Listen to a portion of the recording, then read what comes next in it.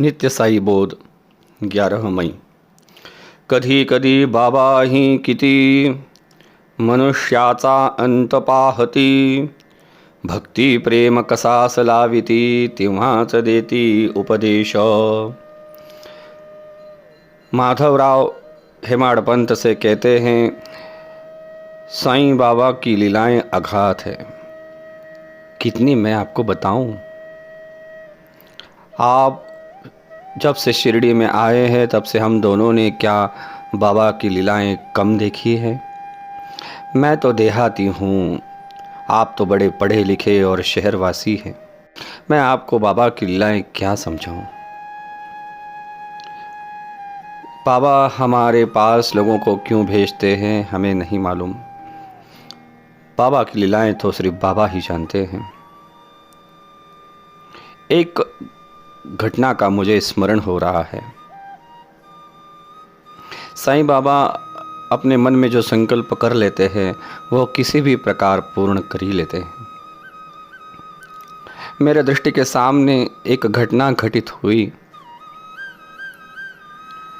देखिए, बाबा कभी कभी अपने भक्तों का बहुत अंत देखते हैं, भक्ति प्रेम की परीक्षा लेते हैं। तभी बाबा अपना उपदेश भक्तों को देते हैं। उपदेश यह शब्द सुनते ही हेमाडपंत को साठे जी की गुरुचरित्र पारायण की घटना का स्मरण हुआ। बाबा अपने भक्तों के चंचल मन को कैसे स्थिरता देते हैं, क्या यही सुनाने के लिए बाबा ने मुझे यहाँ भेजा? हो सकता है यह बाबा की एक लीला हो। तभी श्यामराव सुनाने लगे कि एक देशमुख नाम की औरत जिसके मन में आया कि मैं संत संगति करूं, बाबा की कीर्ति उसने सुनी थी, इसलिए संगमनेर से खाशाबा देशमुख की माँ, जिसका नाम है राधा बाई, वह बड़ी निष्ठा के साथ शिरडी में आई। बड़ी भाव विभोर होकर बड़ी प्रेम से उसने बाबा का दर्शन किया। उसके मन में आया कि मैं साईं बाबा से उपदेश लूं, साईं बाबा का मैं गुरु मंत्र लूं। फिर उसने निश्चय ही कर लिया कि मैं बाबा का उपदेश गुरु मंत्र लेकर ही रहूंगी।